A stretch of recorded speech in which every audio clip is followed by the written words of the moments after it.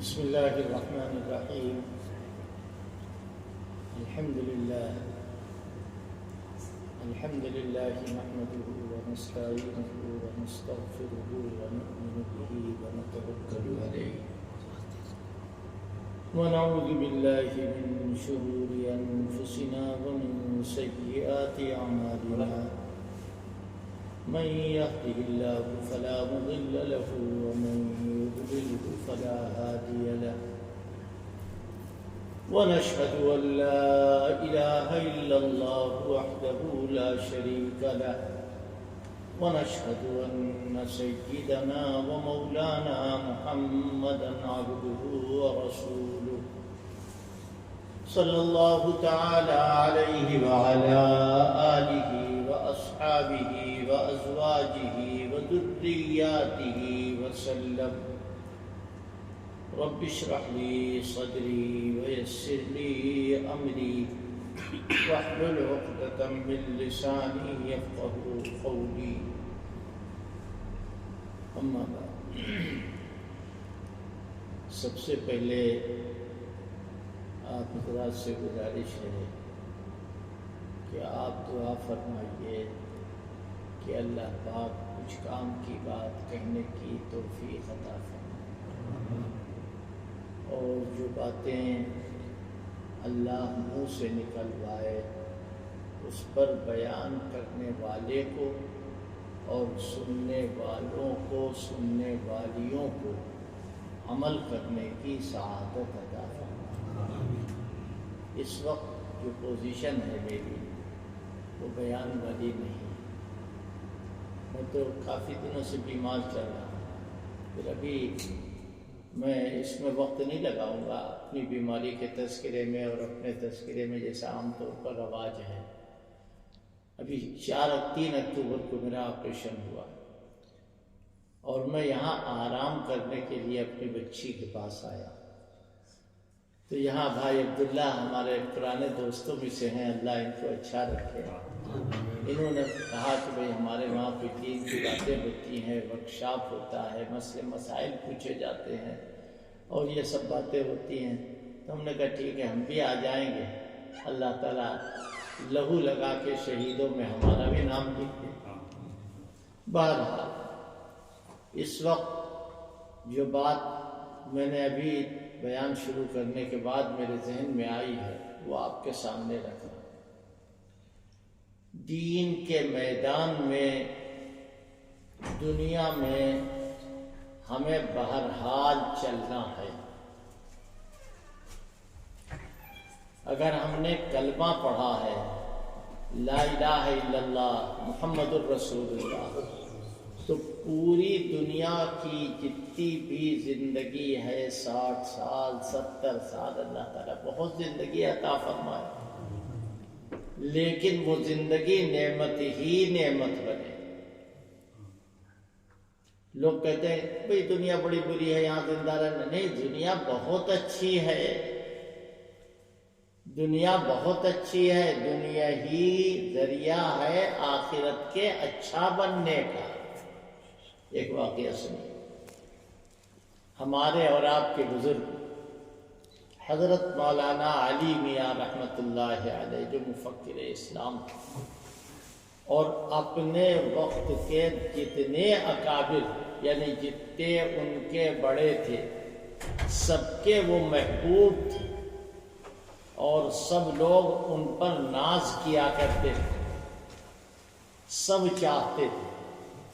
اس میں بڑے بڑے اکابر یعنی شیخ الاسلام مولانا حسین احمد مدنی، حضرت مولانا حکیم الامت مولانا اشرف علی تھانوی، پورا واقعات سب انہوں نے لکھے کہ پہلے تو کتاب بھیج دی، سوچا حضرت تھانوی بہت سخت ہیں، کیسے جاؤں گا ان سے ملنے کے لیے، تو پہلے سید احمد شہید رحمۃ اللہ علیہ پہ جو کتاب لکھی تھی وہ بھی مولانا علی میاں صاحب،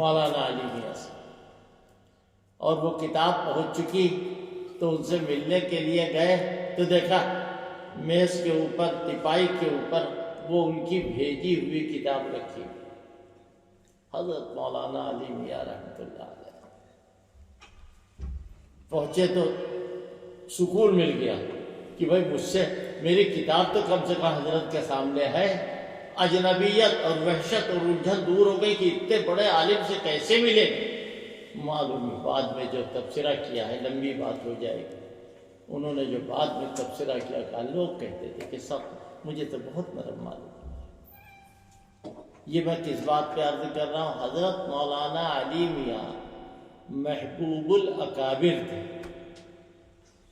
اور جو ان کو جس سے ان کا تعلق ہوتا تھا وہ سارے قاعدے قانون الگ رکھ کے ان کے ساتھ محبت کا معاملہ کرتا. میں نے کیوں ان کا نام لیا تھا آپ کو شاید یاد نہ ہو، مجھے یاد. مولانا علی میاں کا ایکسیڈنٹ ہو گیا ان کی حیات میں. اللہ تعالیٰ ان کے درجوں کو بلند فرمائے. اور پورے خاندان میں متعلقین میں سب میں ایک ہنگامہ. ان کا ایکسیڈنٹ ہو. خیر میں گیا حضرت کی خدمت میں خیریت خواہی کے لیے. کیسے آئے؟ بیٹھے ہوئے جیسے سب لوگ بیٹھے ہوئے. کوئی چوٹ نہیں، کوئی دل پریشانی نہیں، پٹی نہیں، کچھ نہیں، فریکچر نہیں، الحمدللہ کوئی بات. تو اب میں نے کہا میں کیا کروں؟ میں نے کہا حضرت میں زندگی کی بشارت دینے آیا. اللہ تعالیٰ آپ کی زندگی کو مبارک فرمائے ہم لوگوں کے لیے. تو ایک عجیب کیفیت حضرت کی تعریف، اور میں شاید الفاظ میں بھی کوئی کمی زیادتی اپنی طرف سے نہیں کر رہا. حضرت نے فرمایا ہاں اللہ نے کچھ دنوں مغفرت طلب کرنے کے لیے زندگی اور عطا فرمایا. یہ دیکھو یہ ہے دنیا. دنیا کو کیوں چاہتے ہیں؟ اس لیے کہ دنیا ہی ذریعہ بنے گی فلسرات پہ چلنے کا. دنیا ہی ذریعہ بنے گی سیدھے ہاتھ میں نام عمل دیا جائے گا. دنیا اگر نہیں ہے، صحیح نہیں ہے، اس کائنات میں نبیوں سے بڑا کوئی اللہ والا نہیں. پوری کائنات میں پوری مخلوق، فرشتے ہاں فرشتے ہیں، لیکن ان میں گناہ کی طاقت ہی نہیں ہے. سیدھے سے گناہ کی کوئی طاقت ہی نہیں. تمام انبیاء کو گناہ کی طاقت دے کر اللہ نے ان کو معصوم بنایا. اور نبیوں کے بعد نبیوں کے صحابی، اور اب ذرا سا تھوڑا سا اس کو سمجھنے کے لیے یوں کہہ لیجیے کہ نبیوں کے بعد تمام پیغمبروں کے بعد پوری دنیا پوری کائنات میں سب سے زیادہ منجے ہوئے دھلے ہوئے پرکھے پرکھائے جو تھے وہ نبی پاک صلی اللہ علیہ وسلم کے ساتھ. اتنی بات سمجھ میں آ گئی. یہ سارے لوگ کھاتے بھی تھے، پیتے بھی تھے، پہنتے بھی تھے، اوڑھتے بھی تھے، آرام بھی کرتے تھے، اور ان سے گناہ بھی ہوتے تھے، لیکن گناہ کے ساتھ جو برتاؤ کرنا چاہیے وہی کرتے تھے. جب کوئی گناہ ہوا تو اتنا روئے اور اتنی معافی مانگی کہ وہ گناہ کے سارے اثرات اللہ نے ختم کر دیے. فوراً سوال ہوگا کیا وہ معصوم ہو گئے؟ نہیں، معصوم ہوتے تو گناہ ہی نہیں ہوتا. معصوم ہوتے تو گناہ ہی نہ ہوتا. معصوم نہیں ہوئے، لیکن پھر فرق کیا ہے؟ ایک ہے کوڑا کپڑا، وہ نبی کا اعمال نامہ، اور ایک ہے دھلا کپڑا، وہ صحابہ کا نامہ. پاکی میں دونوں برابر. دھلے کپڑے پر نماز پڑھیے ویسی نماز ہوگی جسے پورے کپڑے کو ہوتی، لیکن اس میں امکان نجاست ہے، اس میں نجاست لگی ہوئی ہے. دھل گیا وہ نجس حصہ، دھل گیا تو اب اس کے بعد وہ ویسے ہی پاک ہو گیا جیسا نیا کپڑا ہوتا. تو لہذا صاحب اکرام اب ان کے یہاں دنیا کو برتنے کے کیا کیا طریقے تھے. اگر ہم اس بحث پہ جائیں تو ہمارا تو موضوع بہت اکرمہ صحت اچھی ہو تو ہم بہت دیر بیان کریں، لیکن نہیں. دیکھیے دنیا خراب جب ہوگی، یاد رکھیے میں چھوٹا آدمی ہوں اور بہت ڈر ڈر کے بات نکالتا ہوں، کہیں ایسا نہ ہو کوئی چیز، کوئی بات غلط ہو جائے، کوئی قصور ہو جائے۔ کہنے کو تو آدمی منہ سے نکال دیتا ہے۔ دنیا کے اندر سب سے بڑا عیب کیا ہے؟ شرک عیب ہے سب سے بڑا۔ دنیا کے اندر سب سے بڑا عیب زنا ہے، چوری ہے، سب ہے۔ سب سے بڑا عیب کیا ہے؟ اور سب سے پہلے وہ عیب کیسے آئے؟ یاد رکھیے، اس پر خوب اچھی طرح ورکشاپ کر لیجئے، اس کو آپس میں سوالات کر لیجئے۔ سب سے بڑا عیب کیا ہے؟ میں کہتا ہوں شرک بات، اور میں حوالے کے ساتھ جانتا ہوں کہ یہ زنا ہے، چوری ہے، یہ غیبت ہے، سب ہے اپنی اپنی جگہ پر سب بڑے ہیں، لیکن سب سے سارے عیبوں کی جڑ کیا ہے؟ سارے عیبوں کی بنیاد کیا ہے؟ کہاں سے نکل کے آ رہے ہیں عیب؟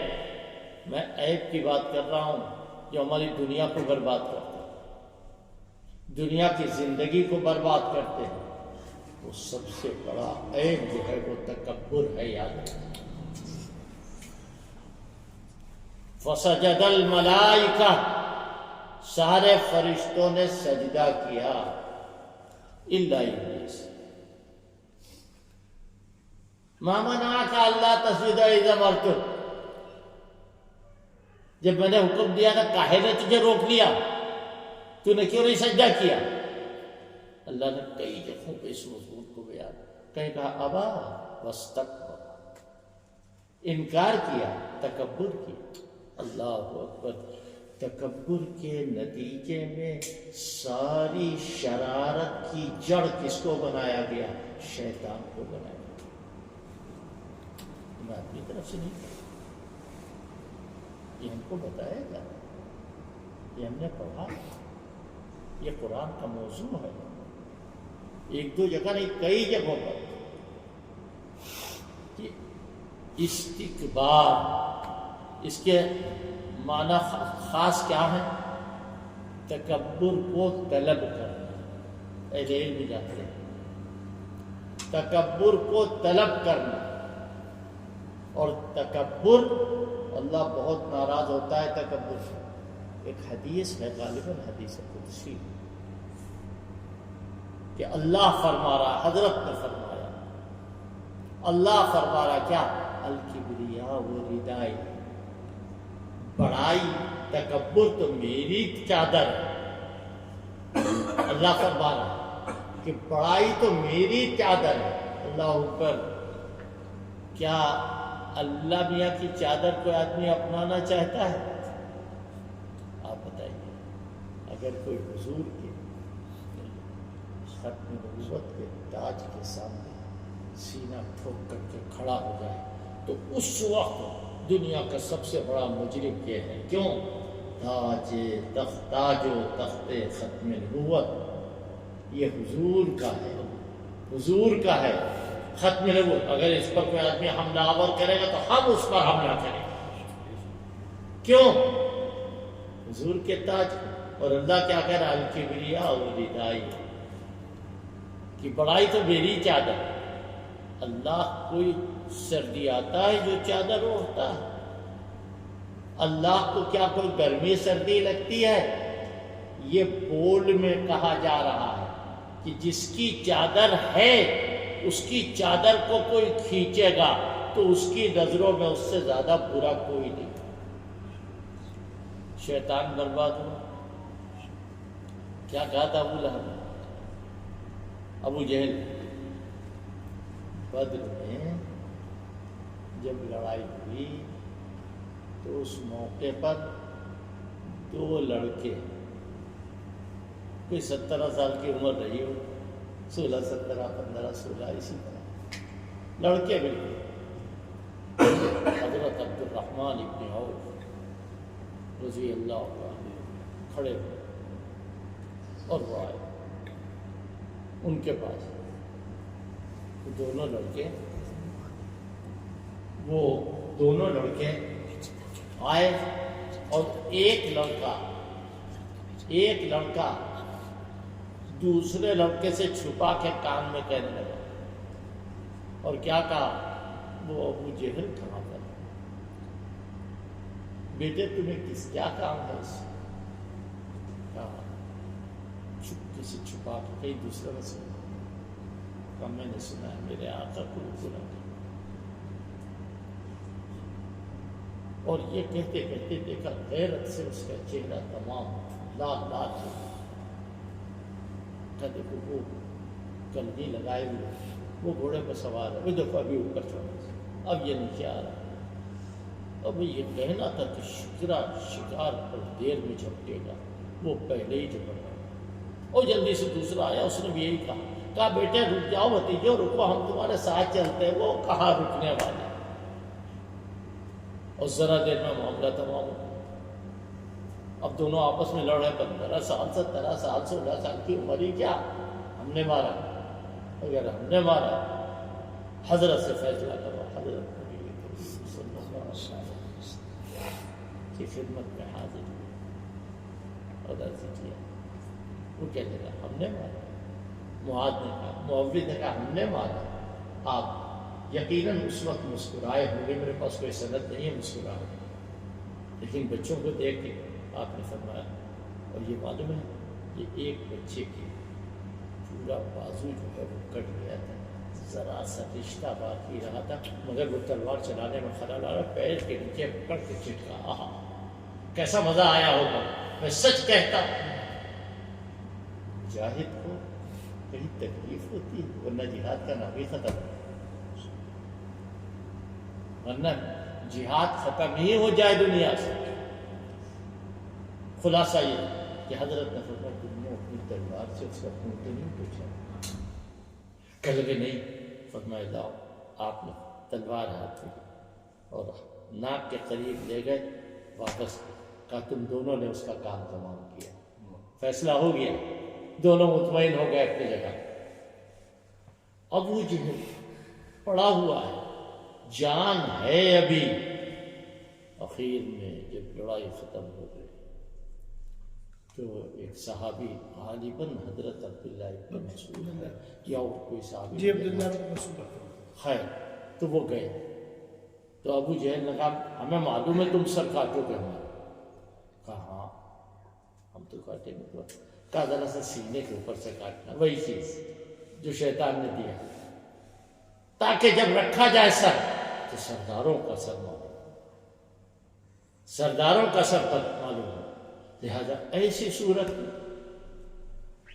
آپ دیکھیں یہ کیا بات ہے، یہ لوگ اپنے آپ کو وہاں بیٹھے ہوئے ہیں، کون؟ بلال، کہاں کے ہیں کالے کلوٹے، لیکن اللہ کی قسم ہزاروں گوروں لاکھوں گوروں کو ان پر قربان کر دیا۔ کیسی چمک ہے خانہ کعبہ، خانہ کعبہ کے پردے میں کیسی چمک ہے، اب سوچو کہ بلال میں کیسی چمک ہے۔ حضرت بلال بیٹھے ہوئے، عمار بیٹھے ہوئے، سلمان بیٹھے ہوئے، یہ سب غریب غربا صحابی۔ حضرت نے بلایا کچھ لوگوں کو، حضرت نے بلایا کچھ لوگوں کو کہ ہاں بھائی ہم تمہیں دین کی بات بتائیں گے، آپ آگے آ جائیے، سب لوگ آگے آ جائیے، جی کوئی ایسی گرمی نہیں ہے۔ بہرحال تو دیکھا یہ کہ یہ غریب غربا بیٹھے ہوئے، آ گئے مکے کے رؤسا، بڑے بڑے لوگ، اور انہوں نے کیا کہا کہ ہم تو آپ کے پاس نہیں بیٹھیں گے۔ کیوں؟ یہ ہمارے لیبل کے لوگ ہیں، ہمارا اسٹینڈرڈ بہت ہائی ہے اور ہم بہت ہی ریزرو قسم کے لوگ ہیں، ہم اپنی زبان میں آپ کو بتا رہے ہیں، لہذا ہم ان کے ساتھ نہیں بیٹھیں گے۔ حضرت کے دل میں خیال پیدا ہوا کہ ارے یہ جو بیٹھے ہوئے ہیں غریب غربا سب اپنے ہی تو ہیں، ان کو بعد میں بٹھا لیں گے یہاں تھوڑی دیر کے لیے اٹھا لیں، فوراً آیت نازل ہو گئی قرآن کی، کل آپ پڑھیں وَاصْبِرْ نَفْسَكَ مَعَ الَّذِينَ يَدْعُونَ رَبَّهُمْ بِالْغَدَاةِ وَالْعَشِيِّ يُرِيدُونَ وَجْهَهُ وَلَا تَعْدُ عَيْنَاكَ۔ اے پیغمبر آپ ان کو نہ اٹھائیے گا، انہی لوگوں پر آپ صبر کیے رہیے، چاہے یہ بیٹھے ان کے ساتھ یا نہ بیٹھے۔ اور یہی نہیں، وَلَا تَعْدُ عَيْنَاكَ، اپنی دونوں آنکھیں انہی پر لگائے رہیے، اور ان کو آپ اپنے پاس سے نہ اٹھائیے۔ اس میں ایک چیز اور بھی ہے،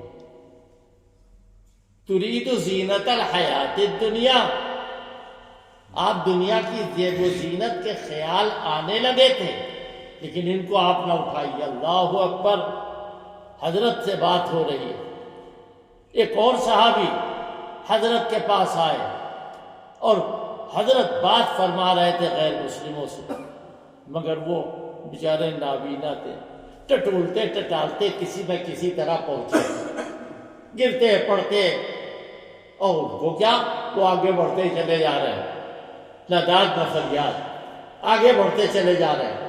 حضرت کے پاس پہنچے، حضرت کا چہرہ بدل گیا، عبس وتولی ان جاءہ الاعمی، آپ نے سنا ہوگا، آپ کا چہرہ بدل گیا۔ یہ نہیں، صیغہ جو ہے وہ غائب کا بولا گیا، عبس وتولی ان جاءہ الاعمی۔ پھر جب نابینا آیا، مطلب کیا ہے؟ مطلب یہ کہ ان غریب غرباؤں کا آپ خیال کیجئے، یہ اللہ والے ہیں، اور جن کی لڑائی ہے ان سے وہ متکبر، شرک داعی ہے، شرک تکبر سے نکلا ہے، تب آدمی مشرک بنا۔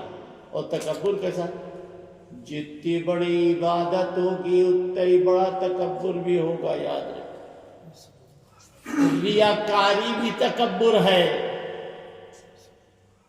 روزہ، اس سے بڑی کوئی ریاکاری ہے؟ اس سے بڑا کوئی عمل ہے فرائض میں سے؟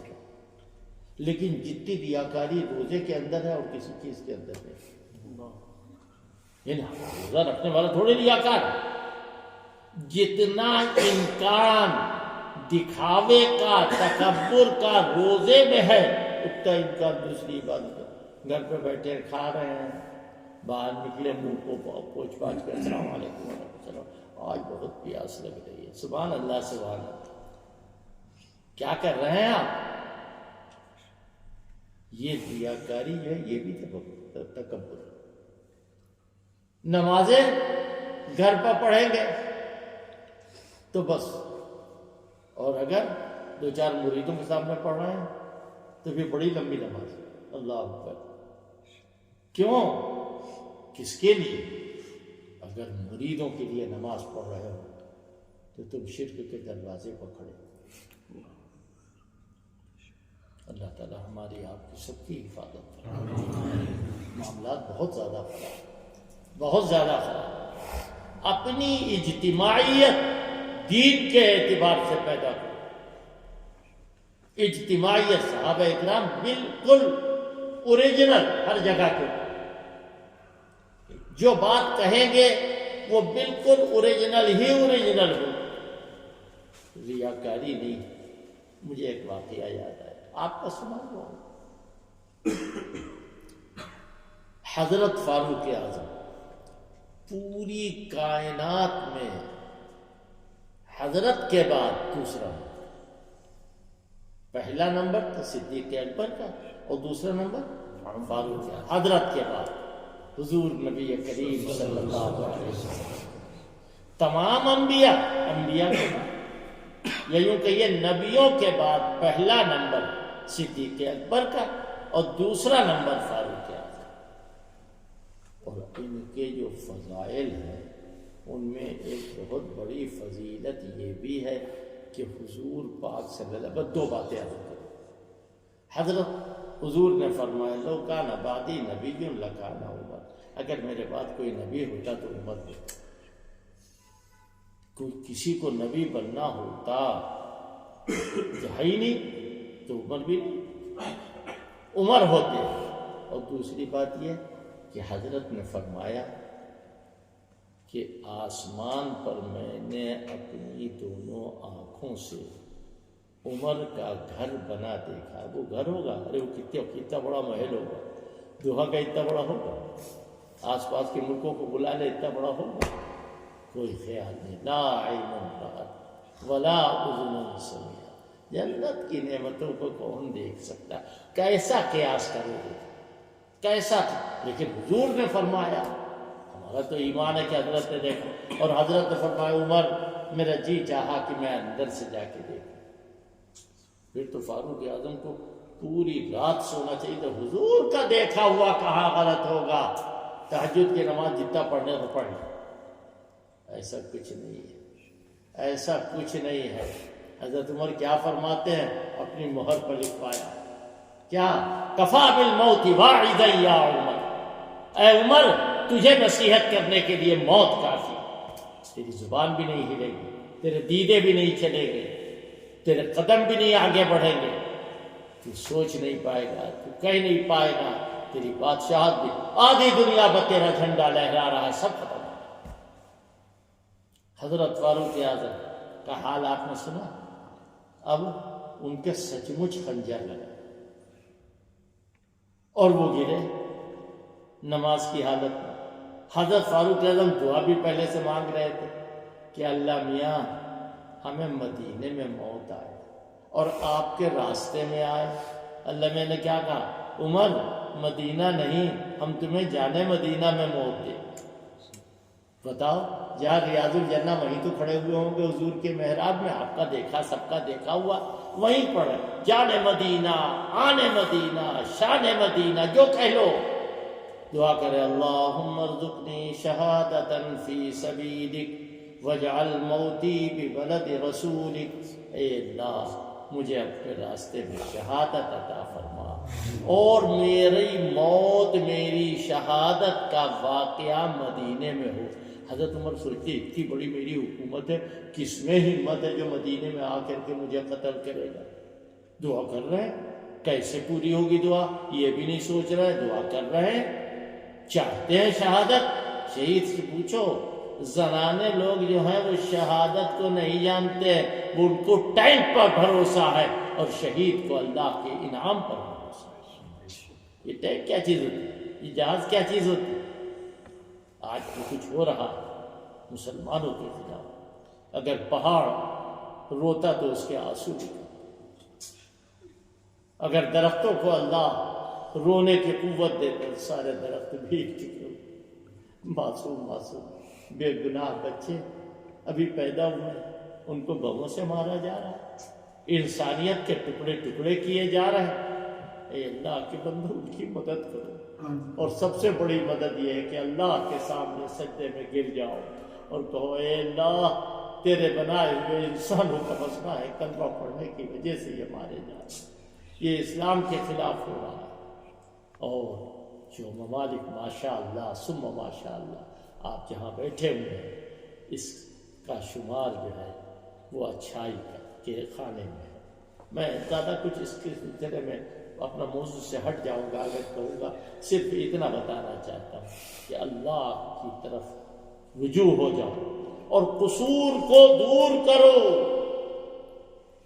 جو قصور ہے اس کو ختم کرو، اس لیے کہ قصوروار پر رحمت نہیں آتی ہے، یا آتی ہے تو جب قصور دور ہو جائے گا، توبہ قبول ہو جائے گی تو اللہ کی رحمت آئے گی۔ لہذا استغفار کی کثرت، بے شک حسبی اللہ و نعم الوکیل پڑھو، یقیناً پڑھو، لیکن استغفار کی کثرت ہونا چاہیے۔ بہرحال تو میں عرض یہ کر رہا تھا کہ فاروق اعظم گرے، اور اب ان کو تو خوش ہونا چاہیے تھا، اللہ میاں آپ نے ساری میری دعائیں قبول کر لی، اپنے راستے میں، راستے سے بڑھ، نماز سے بڑھ کے کون سا راستہ ہوگا؟ میری نیت آپ کے، میرے ہاتھ بندھے ہوئے تھے، میری زبان آپ کے لیے جاری تھی، میں سیدھا کھڑا ہوا تھا یا رکوع میں تھا یا سجدے میں تھا، یہ نماز تھی۔ آپ کے راستے میں میری شہادت ہو رہی، مدینے میں میری شہادت ہو رہی ہے، یہ میری تمنا پوری ہو گئی۔ لیکن یہ سب کچھ نہیں کہہ رہے ہیں انتقال کے وقت، جو کہہ رہے ہیں وہ کہہ رہے ہیں جو حضرت عمر کو کہنا چاہیے۔ کیا کہہ رہے ہیں؟ ظلوم لنفسی غیر انی مسلم، ظلوم لنفسی غیر انی مسلم، اصلی الصلاۃ کلہا واصوم۔ ہائے ہائے، میں نے اپنے آپ پر ظلم کیا، میں تو صرف نمازیں پڑھ لیتا تھا اور روزے رکھ لیتا تھا، یہ نیکی مجھے یاد ہے، باقی کوئی نیکی نہیں یاد۔ ذرا سوچو، اتنا بڑا مرتبہ کہ انہوں نے جو سوچا اللہ نے قرآن میں نازل کیا۔ حضرت فاروق اعظم کے دل میں آیا یہ مقام ابراہیم، یہاں حضور نماز پڑھتے، کاش بیٹھے سوچ رہے ہیں ایک آدمی کے دل میں بات آ سکتی ہے؟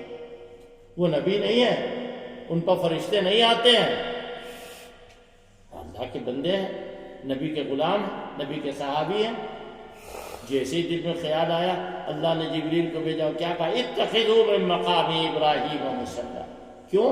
عمر کی چاہت ہے، عمر کی مرضی۔ بہت سارے مقامات ہیں، کہاں وہ بتائیں گے، تفصیل میں جانے کی ضرورت نہیں۔ تو عرض میں یہ کر رہا تھا کہ یہ سارے لوگ ایسے کہ جو اللہ والے ہیں لیکن عاجزی ان کے اندر ہے، غرور اور تکبر سے دور ہیں، اس لیے کہ غرور شیطان اس کا سے غرور نکل کے بندوں میں آیا۔ مغرور متکبر آدمی کون لوگ؟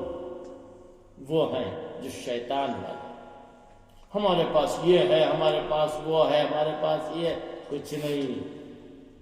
مغرور جو ہے وہ اللہ کی نظروں سے گھرا ہوا ہے، اللہ کبھی مغرور کو نہیں پسند کرتا ہے۔ اور اللہ کے نیک بندے اللہ ہو، ایک بزرگ صحابی نہیں، تابعی نہیں، لوگ ان کو ستاتے تھے، ان کی داڑھی الٹی پلٹی نکلی ہوئی، اور ایک بڑھیا بھی رہتی تھی راستے میں، اس راستے سے گزرتے تھے تو بڑھیا کہتی تھی بڑے میاں تمہاری داڑھی اچھی ہے یا میرے بکرے کی داڑھی زیادہ اچھی ہے؟ بظاہر ہنسی کی بات، وہ بالکل چپ چاپ چلے۔ پھر دوسرے دن بڑے میاں بتایا نہیں تم نے، تمہاری داڑھی اچھی ہے یا میرے بکرے کی داڑھی اچھی؟ کچھ مگر باتیں کی ہیں اللہ سے، کچھ اللہ کے سامنے ان کی باتیں ہوئی، انتقال کا وقت آیا تو کہنے لگے دیکھو میں تو مرنے والا ہوں، اور میرا جنازہ بڑھیا کے گھر کی طرف سے بھیجا۔ انتقال ہوا، جنازہ بڑھیا کے گھر کے پاس، بڑھیا کھڑی، اس کے بھی آنسو کے ساتھ کہ ساری زندگی میں نے ان کو تنگ کیا، کیا کہنا۔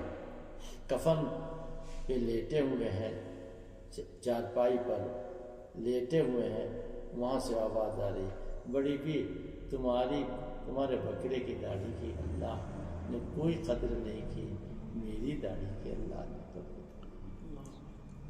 یہ اللہ کے بندے، اللہ نے ان کو اس وقت گویائی، یا اللہ نے وہ آواز نکالی۔ میں کوئی ثبوت کے طور پر نہیں کہہ رہا ہوں، میں یہ کہہ رہا ہوں اللہ والے اپنے آپ کو کچھ نہیں سمجھتے ہیں، جو اللہ کے دشمن ہوتے ہیں وہ مغرور ہوتے ہیں۔ میں یہ بتانا چاہتا ہوں حضرت نبی کریم صلی اللہ علیہ وسلم، اللہ اکبر، ہم کس سے مثال دیں حضرت؟ کس سے مثال دیں؟ کس کو مثال میں پیش کریں؟ کوئی نہیں، لا نظیر اللہ، حضور کی کوئی نظیر ہی نہیں۔ ایک صحابی ہیں، شمائل ترمذی کے پہلے ہی صفحے، غالباً حضرت سمورہ ابن جندب رضی اللہ یا کوئی صاحب، حضرت بیٹھے ہوئے اور ایسی چادر اوڑھے ہوئے ہیں جس پر لال لال دھاریاں پڑی، چادر تو دوسرے نے اور حضرت کو دیکھا تو کیا کہتے ہیں؟ ما رأيت قبله ولا بعده مثله صلی اللہ علیہ وسلم. میں نے آقا کو دیکھا، آقا سے پہلے دنیا دیکھی، آقا کو دیکھا اور آقا کے بعد دنیا دیکھی، مگر حضور جیسا کسی کو نہیں دیکھا. اللہ اکبر. ایسے حسین و جمیل جس راستے سے گزر جاتے تھے، راستے بول پڑتے تھے کہ ابھی اس راستے سے کوئی گیا، ابھی اس راستے سے کوئی گیا. کہہ دیتی ہے شوقی نقش پا کی، کہہ دیتی ہے شوقی نقش پا کی، ابھی اس راستے سے کوئی گیا. اس راستے میں حضور کی خوشبو آتی تھی. اور یہی حال صحابہ کا تھا، جس راستے سے گزر جاتے تھے ان راستوں پر خوشبو آتی تھی. صحابہ اکرام رضوان اللہ علیہم اجمعین. تو حضور پاک صلی اللہ علیہ وسلم اپنے ہاتھ سے اپنے جوتے ٹانگے. اللہ اکبر. آج اگر پیر صاحب جوتے کی طرف جھک جائیں اور ہم موجود ہیں تو ہم لیٹ جائیں گے ان کے آگے. حضرت آپ کہاں جوتے کو چھو رہے ہیں؟ کیوں؟ جوتے کو تو چمار چھوتا ہے، آپ کہاں چھوئیں گے؟ آپ کی انسلٹ ہے. انسلٹ کس کی ہوتی ہے؟ انسلٹ اس کی ہوتی ہے جو بڑائی کو طلب کرنے والا ہو. یہ بزرگ بیچارے یہ کیا بڑائی کو طلب کرے؟ حضرت مولانا الیاس رحمۃ اللہ علیہ کہا کہ مسجد چلو، ایک ہوئے گا سب پھرا کوئی ہمارا تماشا، بے ہوش ہو کے گر گئے. بھائی میں نے یہ دیکھی نہیں ہے کہیں، لیکن غالباً یہ سچ ہے. اللہ ہوش آ گیا. کہا بھائی دیکھو میں نے تمہیں مسجد میں بلایا مگر تم نہیں آئے، تم نے اپنا کہا کر لیا، مجھے مارا، لیکن اب تو چلے چلو مسجد. یہ اللہ پاک. اگر مولانا الیاس صاحب کا یہ واقعہ تو یہ انہوں نے اپنے آپ کو کچھ نہ سمجھ کر کے اور اپنے آپ کو عاجزی کے راستے پر رکھ کے دین کی دعوت دی. دین کو پھیلانے کے لیے جو کیفیت ہونا چاہیے وہ انہوں نے اپنے اندر پیدا کی. تو عرض میں یہ کر رہا تھا کہ حضرت اپنے ہاتھوں سے جوتے ٹانگے اور حضرت کے مبارک چہرے کے اوپر پسینے کے قطرے موتیوں کی طرح چمک رہے. ام المومنین حضرت عائشہ صدیقہ رضی اللہ تعالیٰ.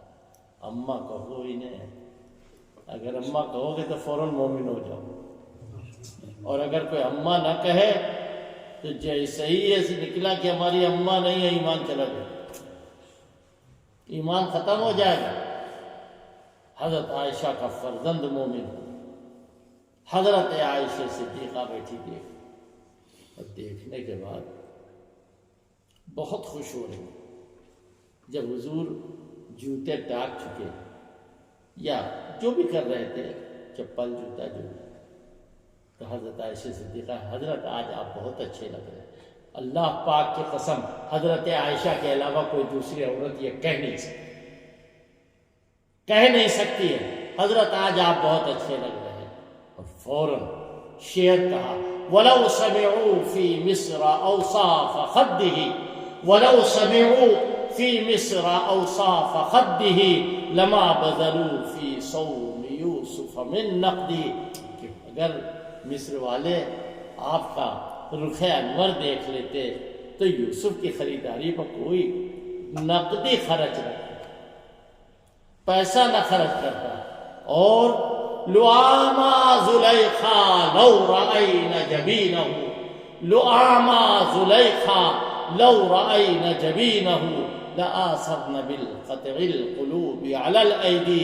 زلیخا پر ملامت کرنے والی عورتیں اگر آقا کو دیکھ لیتی تو اپنے کلیجے کے ٹکڑے ٹکڑے کر دیتی، انگلی نہ کاٹتی. آپ کا ایسا حسن. حضرت عائشہ کس کا شعر ہے مجھے نہیں معلوم، حضرت عائشہ کی زبان سے یہ نکلا. ہو سکتا خود انہی کا ہو سکتا کسی اور کا شعر ہو.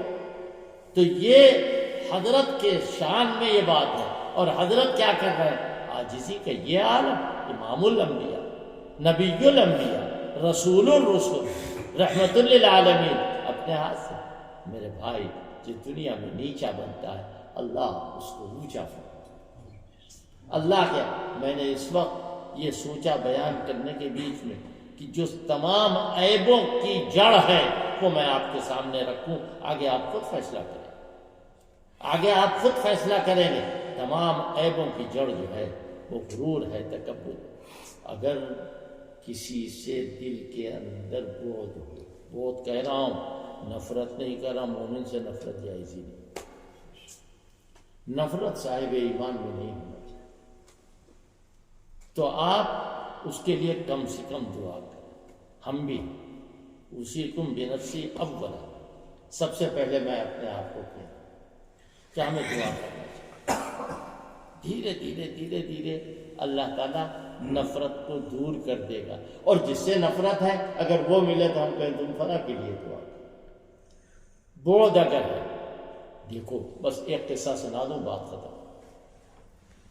ہمارے دو بزرگ جن کا کوئی مثیل نہیں، ایک حکیم الامت حضرت مولانا اشرف علی تھانوی، نام سنا نہیں سنا؟ بہشت زیور کس کی ہے؟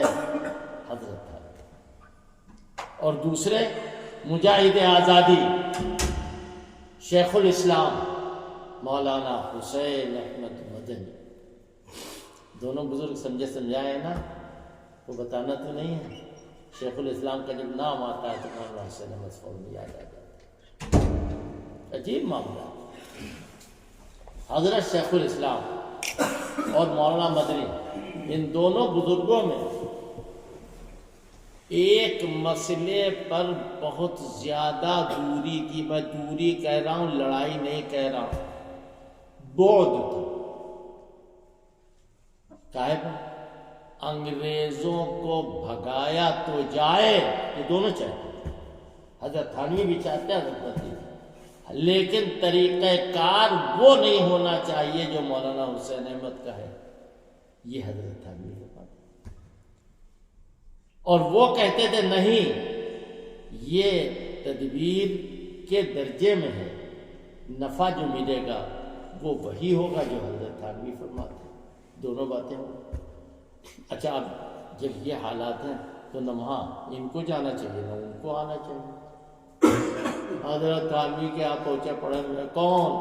شیخ الاسلام مولانا حسین احمد مدنی، اور دیکھا خانقاہ بند ہو گئی۔ اب بند خانقاہ کون کھلوائے؟ چابی تو کسی کے پاس نہیں، بستر بند ساتھ میں ہے، اکیلے آئے ہیں مسجد کے دروازے پر، گلی کے کنارے، اور آپ کو معلوم ہے کتنے اس علاقے میں مچھر ہوتے ہیں، اور وہیں بستر پر اللہ جانے کیا کر رہے ہیں، ذکر کر رہے ہیں، نماز پڑھ رہے ہیں، فجر کی نماز کا ابھی وقت نہیں آیا، یقیناً کچھ نہ کچھ کر۔ حضرت شیخ الاسلام سوتے نہیں تھے، کبھی سوتے 10-15 منٹ، آدھا گھنٹہ 24 گھنٹے میں، اور اللہ نے دماغ دیا تھا، اسی وقت گھنٹہ بجتا تھا اور اسی وقت بخاری شریف پڑھا تھا دارالعلوم دیوبند۔ خیر بات لمبی ہوگی۔ حضرت شیخ الاسلام مولانا حسین احمد مدنی دروازے پر لیتے ہوئے، اذان کے وقت شیخ الاسلام حضرت حکیم الامت مسجد میں آ دیکھا کہ شیخ الاسلام مولانا حسین احمد، السلام علیکم وعلیکم، آپ کب آئے؟ فلاں وقت آیا۔ پہلے سے اطلاع کرا دی ہوتی، میرے استقبال کچھ لوگوں کو اسٹیشن بھیج دیتا، اپنے گھر میں کوئی بغیر کہے تو کہہ کے آتا، بغیر کہے آتا۔ اچھا یہاں میرا مسجد بند تھی، خانقاہ، میرا گھر تو کھلا ہوا تھا۔ آپ کا اصول جب سب اختیار کرتے ہیں تو میں بھی کروں، جو اصول سب کے لیے وہ اس سے نعمت ہو۔ اچھا، جب آپ اپنے گھر میں آئے تو بتائیے کیا کھائیں گے؟ اللہ اللہ، قربان جاؤ، کیسی اپنائیے، کیسی اپنائیے، کیسی محبت۔ شلجم کا اچار کھاؤں گا، لسی پیوں گا، اللہ اکبر۔ وہ معلوم ہوتا کہ بہت بڑی چیز کہہ دی، ارے لسی، شلجم کا اچار کوئی چیز ہے؟ ایسی بات کہو کہ قبول بھی ہو جاؤ، زحمت بھی نہ۔ شیخ الاسلام کے کہنے بڑا اہتمام کیا حضرت تھانوی رحمۃ اللہ۔ یہ سب مفتی محمود صاحب نے مجھے بتایا، میں ان کے شاگرد ہوں، یاد رکھیے، حضرت مفتی محمود صاحب رحمۃ اللہ، جھوٹ بات کبھی زبان سے نہیں۔ مفتی احمد خان پوری کے شیخ جی، خیر میں نے ان سے بخاری شریف پڑھی، انسانی پوری، اور میرے والد کے وہ ساتھیوں میں سے۔ خیر چھوڑیے اس کو۔ تو اب شیخ الاسلام کھانے کو بیٹھے، بہت اہتمام کا کھانا، اور اس کے ساتھ شلجم کا اچار بھی اور لسی بھی۔ تو خیر اور اس کے بعد حضرت تھانوی نے ہدیے میں جب کوئی جاتا تھا بزرگوں کے پاس یا تو کچھ نہ کچھ ہدیہ دیتے تھے ضرور، تو جیب سے کچھ روپے اس زمانے میں چلتے تھے چاندی کے، اور اس کو ایسا باندھ دیتے تھے کہ بس وہ اتنا بڑا ہے وہ، تو وہ دے دیے حضرت مدنی کو، تو لے لیے فوراً۔ ایک صافہ بھی منگوا کے دیا کہ یہ صافہ بھی آپ کے لیے، اور وہ حکومت سے لڑنے کے لیے، انگریزوں کی حکومت سے لڑنے کے لیے کھدر پہنتے تھے، اس لیے کہ کھدر ان کی مشینوں میں بنا ہوا نہیں ہوتا تھا، وہ کاتا ہوا ہوتا تھا، بائیکاٹ تھا۔ تو انہوں نے فوراً کہا آپ نے جو صافہ منگوایا یہ کھدر کا نہیں ہے، یہ ململ کا صافہ ہے، اور آپ کو معلوم ہے کہ میں ململ کا صافہ نہیں پہنتا، میں کھدر کا صافہ کا، جاؤ واپس کرو کھدر کا صافہ لے کے آؤ۔ اللہ اکبر! شیخ الاسلام کی قدردانی کہاں ہو رہی ہے؟ تھانہ بھون میں، خانقاہ امدادیہ میں حضرت شیخ الاسلام کے لیے صافہ ہے، اور کہا شیخ الاسلام نے یہ سننے کے لائق بات فرمایا کہ جب آپ نے صافہ منگوایا تو باندھ بھی دیجیے اپنے ہاتھوں سے۔ شیخ الاسلام کے صافہ باندھ رہے، اور جب صافہ باندھنے لگے تو جو پیسے دیے تھے تو ایک کونے میں رکھ دیے، وہ سر پہ آ گئے، اور بعد میں کہتے ہیں میں آپ کو شیخ العالم کی جگہ پہ سمجھتا ہوں، یعنی حضرت شیخ الہند کی جگہ پہ سمجھتا ہوں۔ میرے بھائی، آج اگر حضرت تھانوی سے تعلق ہے تو حضرت مدنی کا نام کہیں لکھا ہوگا تو ہم مٹا دیں، ارے ارے ارے ارے، ہوش میں رہو، ہوش میں۔ تم کیا جانو کون تھے حضرت تھانوی؟ تمہیں کیا پتا کون تھے حضرت مدنی؟ پکڑے گئے، جیل جا رہے ہیں۔ ایک صاحب جو تھے، بہت سارے ایسے واقعات ہیں، بڑا وقت لگ جائے، ایک واقعہ اس میں، ایک پکڑے گئے، ایک صاحب نے کہا پکڑ کے بھائی کیا ہوا، کون پکڑا گیا؟ حضرت تھانوی لکھ رہے تھے، غالباً ترجمہ قرآن ایسے ہاتھ لگا، کون پکڑا گیا؟ کہا مولی حسین احمد پکڑ لیا۔ کہا اللہ اکبر، مجھے نہیں معلوم تھا، ان کے سے کہہ رہے ہیں جو خوش ہو رہے تھے، مجھے نہیں معلوم تھا کہ مولی حسین احمد سے مجھے اتنا تعلق ہے۔ ہاں وہ تو اپنے طرف سے گئے جیل میں خود ہی سے، ایک صاحب نے لقمہ دیا، منہ چڑھے ہوں گے کوئی کہ وہ تو اپنی طرف سے گئے ہیں جیل میں۔ کہا اپنی طرف سے تو حسین بھی آئے تھے میدان کربلا۔ یہ حضرت تھانوی نے جواب دی۔ ایک صاحب نے برائی کی، شیخ الاسلام میرٹھ جمعے میں تقریر کر رہے تھے، ایسے ایسے ایسے، وہاں کوئی شیخ الاسلام مولانا حسین احمد کا مرید بیٹھا ہوا تھا۔ بعد میں کہنا تم نے میرے شیخ کے بارے میں یہ کہا ہے؟ ہاں حقیقت کہیے تو غلط تھوڑے بات کہ اچھا میں تھانہ بھون میں جا کے شکایت کروں گا تمہاری۔ کیا کر دینا؟ وہ سمجھے تھے وہ اور زیادہ خوش ہوں گے، پیسے دیں گے انعام میں۔ وہ گیا، اور جب وہ گیا، جس دن گیا تو اس دن وہ صاحب بھی موجود تھے جنہوں نے برائی کی۔ وہ کہا انہوں نے میرے شیخ مولانا حسین احمد کی برائی کی۔ کہا کیا ہوا تھا؟ کہا مجمع میں۔ کہا اچھا تم نے کہا؟ کہاں ہوا تھے ایسے چیز ہے تو ہم نے کہا تھا۔ کہا اچھا اب آپ بوریا بسترا لے کے یہاں سے کھسکیے، نکال دیا، تم نہیں رہو گے، اور کہا کوئی خط بھی نہ بھیجنا میرے پاس۔ پھر کیا ہوگا؟ کہا بس کوئی تعلق۔ 2 سال کے بعد کسی آدمی نے جا کے کہا سنا تو حضرت تھانوی نرم پڑ گیا اور کہا کہ انہیں سے جا کے معافی مانگ۔ وہ کہا میں ان سے جا کے معافی مانگ چکا ہوں۔ کہا نہ تمہیں بات کا اعتبار نہیں، لکھوا کے میں نے معاف کیا، آپ بھی معاف کر دیجئے۔ حضرت مدنی لکھ رہے ہیں۔ کہا ٹھیک ہے میں نے معاف کر دیا، لیکن اب حکیم الامت پن دیکھیے، اب حکیم الامت نظر آ رہے ہیں۔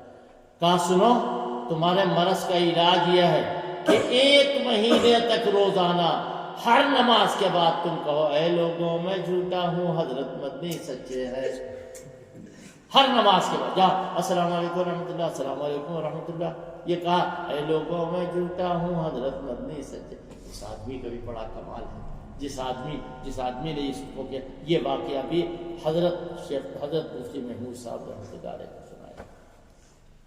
میرے بھائی ہم لوگ وہ اگر کسی میں ہے تو آپس میں عداوت نہیں ہونا چاہیے.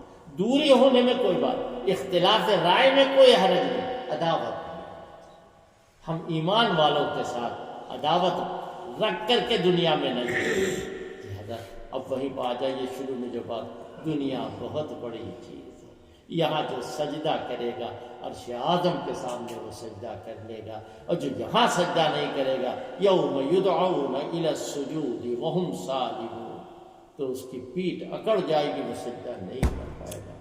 میں نے جلدی میں جو باتیں میرے ذہن میں آئیں، میں نے تقریباً 6-7 مہینے کے بعد اتنی بڑی اتنی زیادہ دیر، یعنی 8 منٹ کم 1 گھنٹہ میں نے بیان کیا، اور میں نہیں سمجھتا تھا یہ آپ حضرات کی توجہ اور دعاؤں کی برکت ہے کہ اتنی باتیں میں نے بیان کر لی.